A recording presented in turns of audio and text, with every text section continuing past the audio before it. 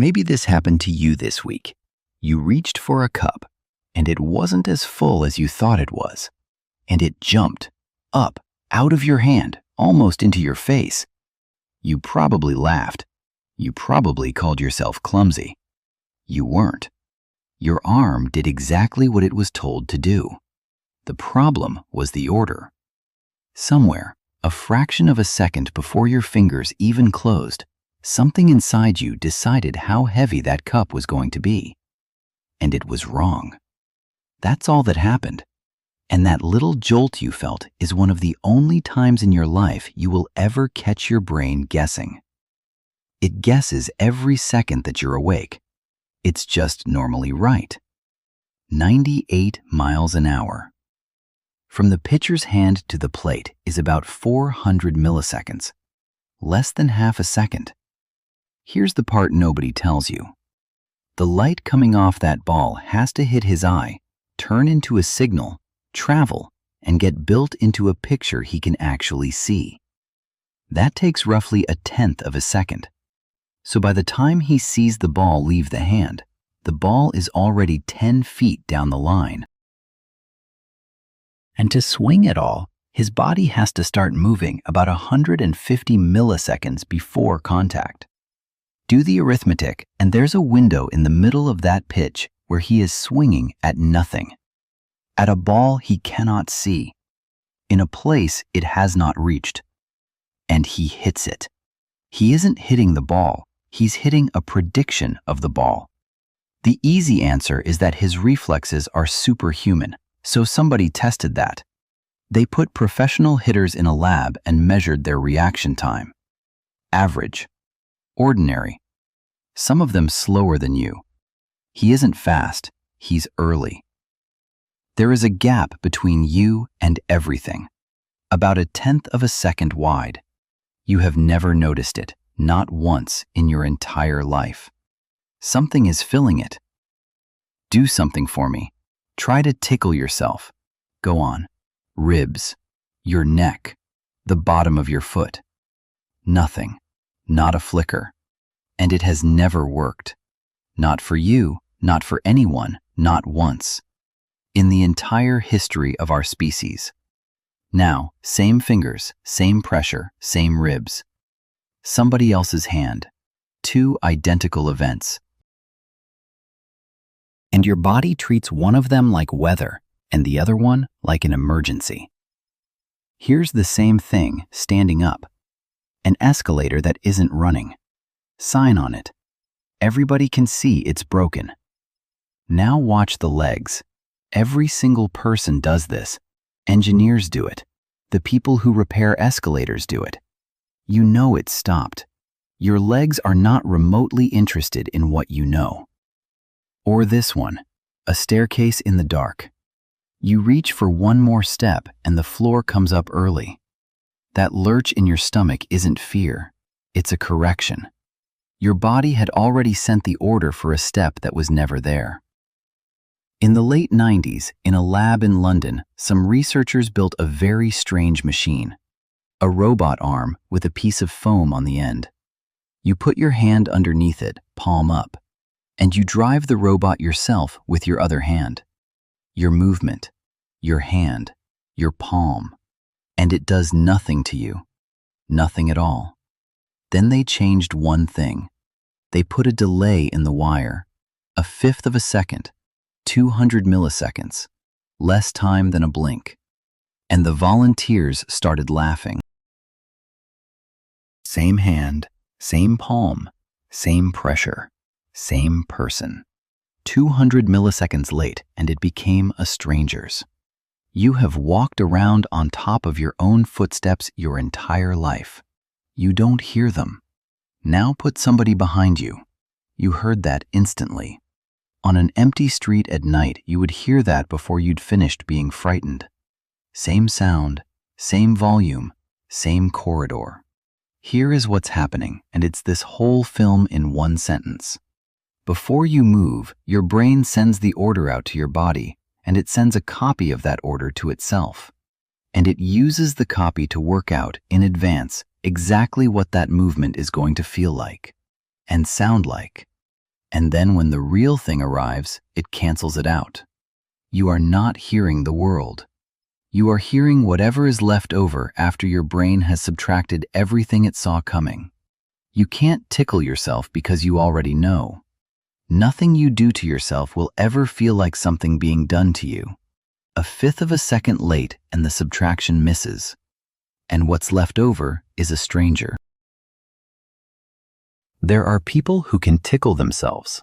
When researchers ran that experiment with people living with certain symptoms of schizophrenia, particularly the ones who hear voices or who feel that their own movements are being made for them, a number of them felt their own touch at full strength.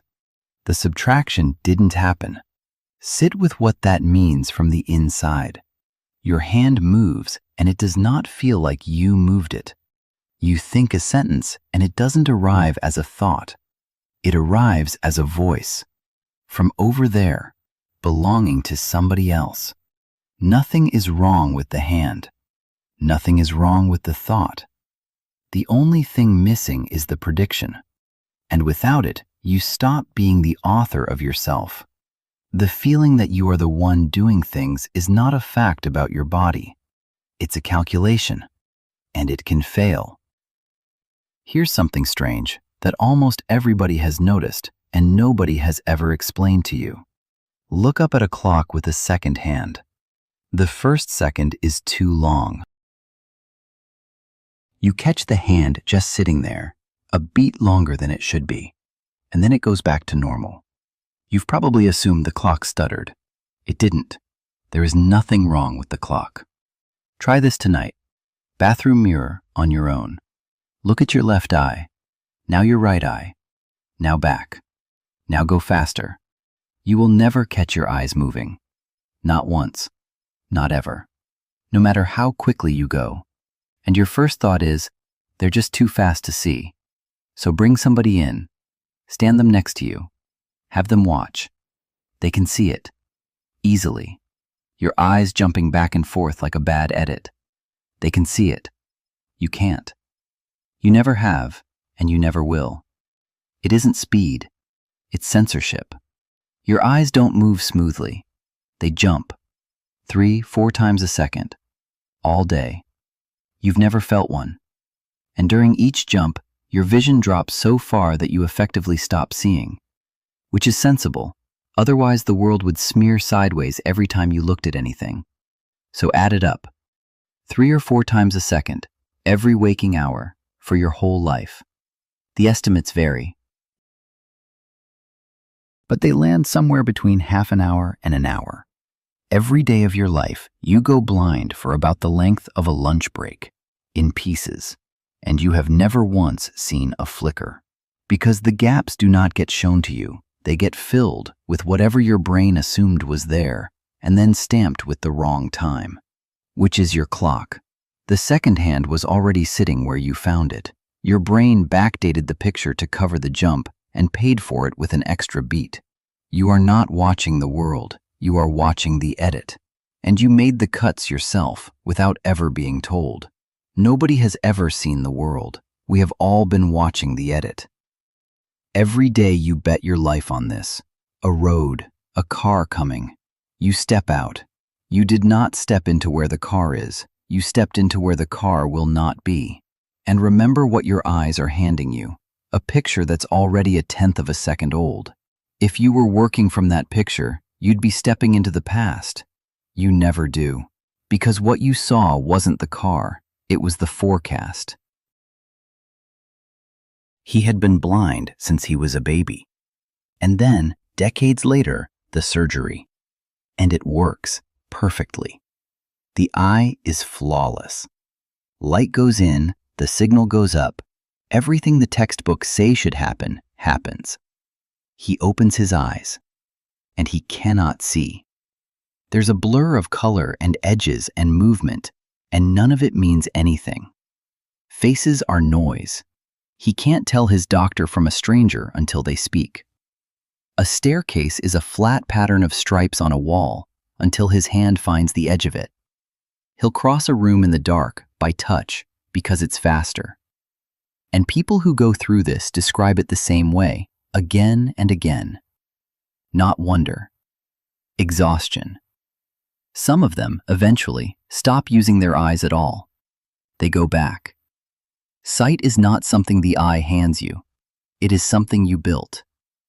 In the first years of your life, before you could remember doing it, a model of what the world contains, assembled out of 1,000,000 tiny corrections, while you were a baby with nothing else to do.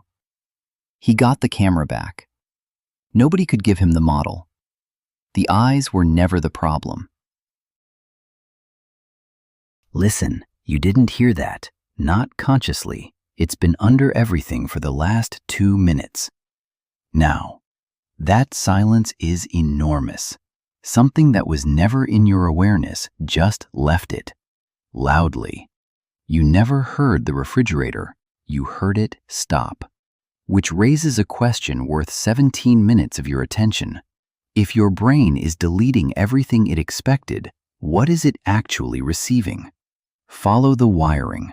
Back of the eye, up the optic nerve, into the first station where vision arrives in the brain, and count the cables. The ones bringing the world in, the ones from your eye, are a small minority. Something in the region of 1 in 10. Nearly everything else is running the other way, down, outward, from the brain toward the senses. Your brain sends more instructions to your eyes than your eyes send to your brain. It isn't a camera. It was never a camera. It's a machine that writes the scene first, that guesses continuously out of everything that has ever happened to you what the world is about to contain, and then uses your senses for exactly one job: to tell it where the guess was wrong. Your eyes don't show you the world. They correct your guess about it. That's the entire design. Everything it got right stays silent. Only the mistakes get sent upstairs. Which is why you can walk through your own house in the dark, and why a refrigerator is inaudible right up until the second it isn't. Your phone just buzzed in your pocket.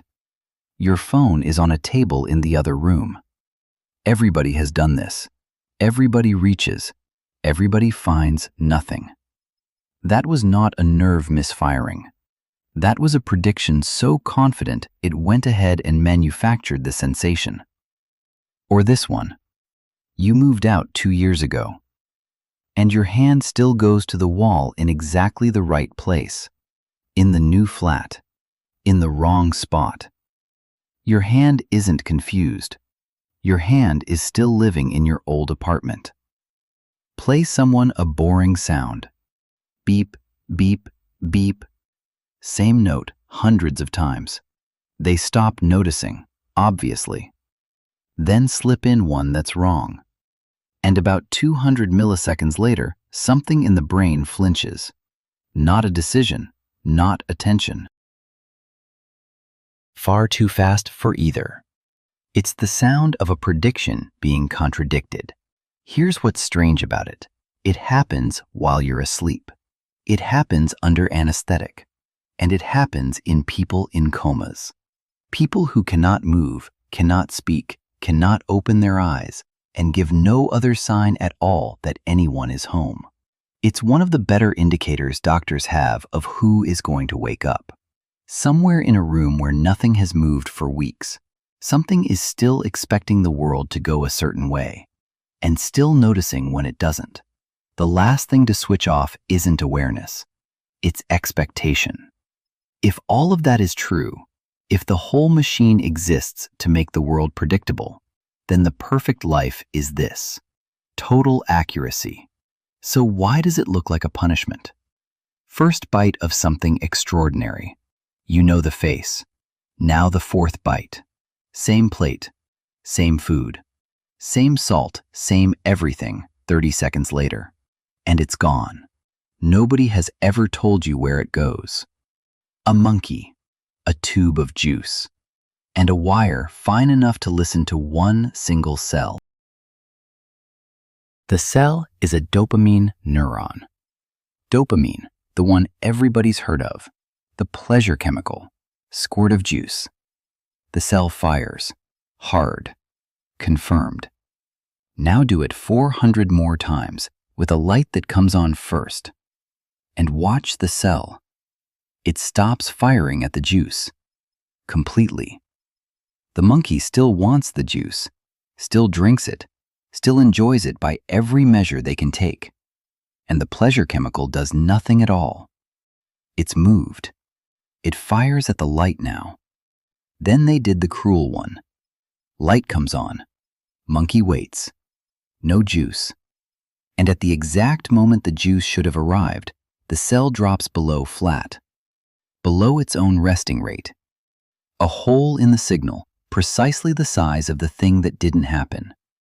That's disappointment. On a screen. In real time. It was never pleasure.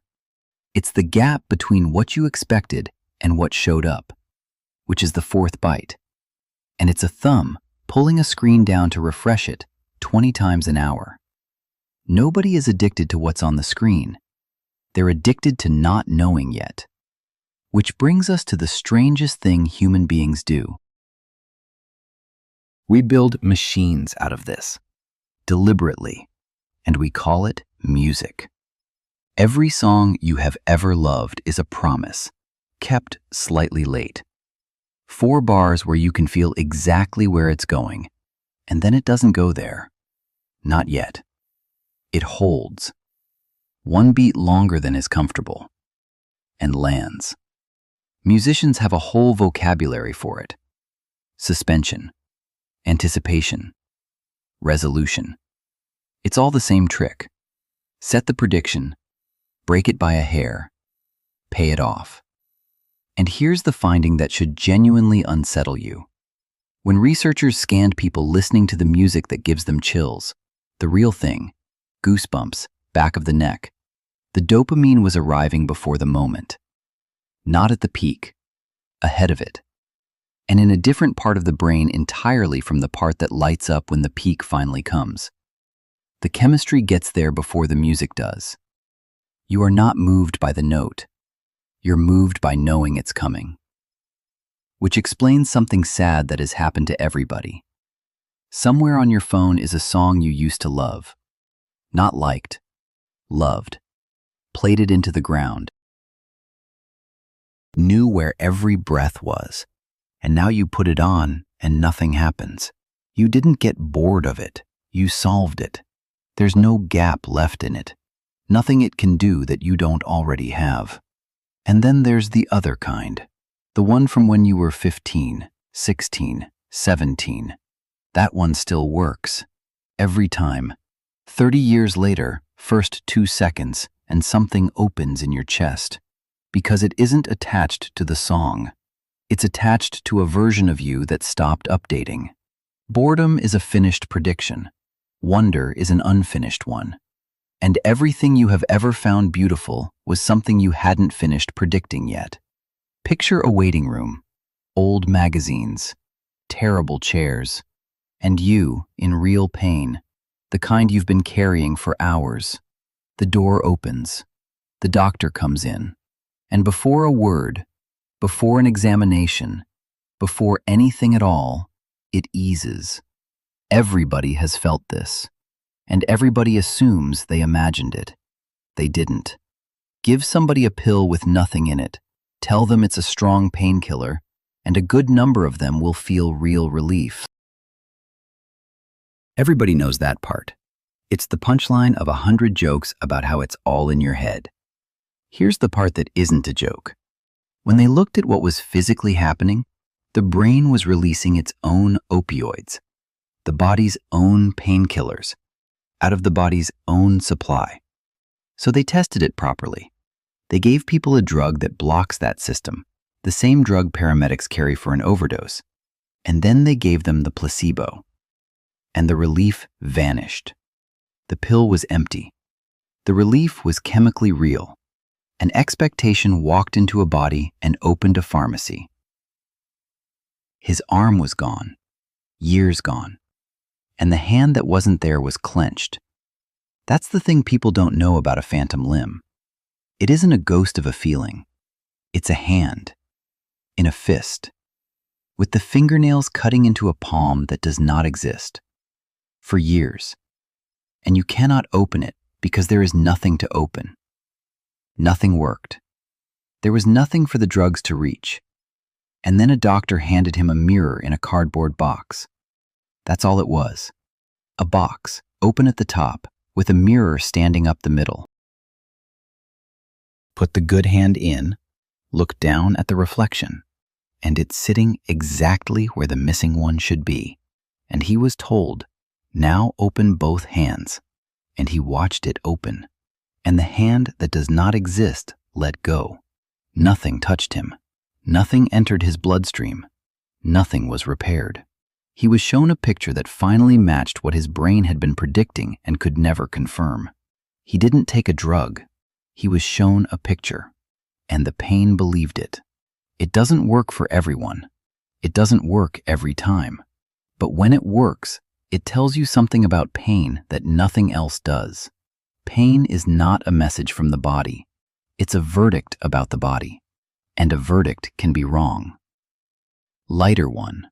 You've done this. You pick up a glass expecting orange juice, and it's milk. There's nothing wrong with the milk. The milk is fine. You like milk. Your entire body just tried to reject it anyway. That wasn't taste. That was a prediction error. In your mouth. At full volume. And then there's the version of this that keeps people awake. 3 a.m. Nothing is happening. Nothing is wrong. Not in this room. Not right now. And your heart is going like you're being chased. Because your brain doesn't only predict the world, it predicts you. Heart rate, breath, gut, temperature, all forecast in advance, all sent down as instructions, all checked against whatever comes back. Which means your heart isn't racing because something is wrong. It's racing because a prediction was made that something would be, and your body did what it was told. You are not reacting to danger. You are rehearsing it. Anxiety isn't fear of what's happening. It's a forecast running at full volume in a room with nothing in it to check the forecast against. A table. A rubber hand, the kind you'd buy at Halloween, obviously fake. Your real hand behind a screen where you can't see it. Somebody strokes both with a paintbrush. In time. Same rhythm. 60 seconds. Then they pick up a hammer and swing it at the rubber one, and you flinch. Hard. Your whole body. And then you laugh, because it's a piece of latex, and you knew that the entire time, and it made absolutely no difference. 60 seconds. 2 brushes moving together, and your brain moved the edge of you. It takes about a minute to change where a person ends. Knowing doesn't help. There's nothing you can do about it. Because you're not receiving a signal that tells you where your body is, you're receiving a guess, and it goes with whatever fits. Loud room, party, bar, wedding. You're not listening to any of it. It's a wall, and you tuned it out an hour ago. And then, on the other side of the room, somebody says your name, and it arrives like a spotlight. You weren't listening. Something in you was. And it does this constantly. With people. You finish their sentences. You know the face they're about to make before they make it. You hear a key in a lock, and you know who it is, not from the key, from the rhythm. That's what it means to know somebody. Not that you have information about them, that you can run them. Which is why the most common sentence at the end of a relationship is almost never true. You've changed. Usually, nobody changed. The model stopped working. And being wrong about somebody doesn't feel like being wrong. It feels like being betrayed. Your brain spent years building a world with one particular person inside it. Not a memory of them, a working model. Where they stand in a kitchen, how long they take on the stairs, what they'd say about this, the specific weight of a door when it's them opening it. It's in everything. It's underneath everything. It's the thing you see the rest of your life through. And then they die. And the model does not die. It can't. It took 20 years to build, and there is no mechanism for deleting it. So it keeps running. You turn to tell them something. You cook too much food. You hear a door downstairs, and for a quarter of a second, you expect footsteps you would know anywhere. You pick up your phone, and your thumb has already found their name. Every one of those is a prediction going out, and nothing comes back. You don't only lose a person, you lose every prediction you ever made about them, and there are thousands of them, which is why grief doesn't feel like sadness. Sadness is weather. It arrives, it sits on you, it passes. This isn't that. This is being wrong about the world. 40 times a day, 100 times a day. In the smallest, most ordinary ways, the food, the door, the phone, each one too small to mention, and every single one landing in the same place. Until, over months, over years, unwillingly, your brain does the only thing it knows how to do. It rebuilds. It writes a version of the world with a hole in it where a person was. And the day it finishes is the day it stops hurting like that. Which is why finishing feels like a betrayal too. To love somebody is to let them into the machinery you use to see everything else. That's why losing them doesn't feel like losing a person. It feels like losing a world. Back to the man with the bat. We told you he was covering a delay, that the 10th of a second was the problem and prediction was the solution. That was half true. Because a prediction has to be made out of something. He isn't guessing. He is running 4,000 pitches he has already seen, the angle of a shoulder, the shape of a wrist, the first 80 milliseconds of a flight path, and building the rest of the future out of the past, which is a small idea about baseball and a very large idea about you. There are people who can no longer make new memories, an illness, an injury, surgery that went too far. The structure that files experience is gone, and from that moment on, they live inside a window about 30 seconds wide. Everybody knows this part. It's in every film about amnesia. Here's what almost nobody knows. Ask one of them about tomorrow. Not a fact, nothing you'd have to look up. Just describe a beach. A beach on a nice day. You're standing on it. What's there? And there is nothing. Not a wrong answer, not a vague answer, a blank. That's the word one of them used when he was asked what tomorrow would be like. The same word he used for yesterday. They cannot picture a future. The exact same damage takes both. Which tells you what memory was actually for.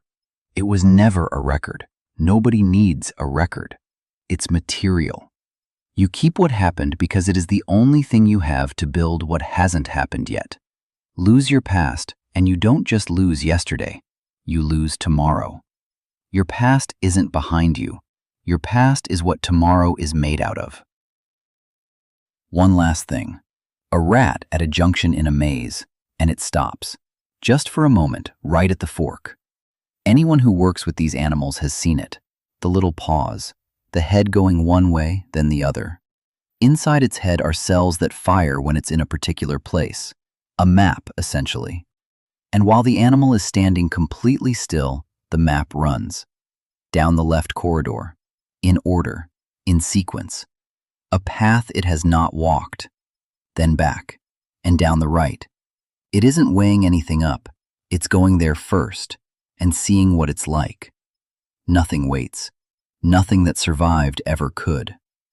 So, tomorrow morning, you'll wake up a few minutes before your alarm because something in you has been counting all night. You'll reach for the light switch without looking at the wall.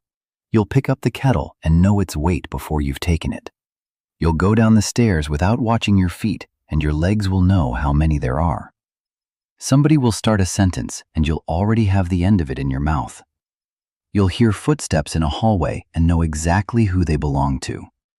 You'll drop something, and your hand will be there before you decided to move it. And every single one of those, every one, happens a fraction of a second before the world catches up and agrees. You have never lived in the present, not once, not for a moment, not for the length of this sentence. What you call now was written just before it happened, out of everything that has ever happened to you, by something that never stops guessing and never once told you it was guessing. And the astonishing thing isn't that you're guessing. It's that somewhere out there, right now, there are people guessing you, who know how long you take on the stairs, who can hear which one is you in a hallway, who have you running inside them all day without noticing. That's what it is to be known. Somebody, somewhere, is already expecting you, and they're almost always right.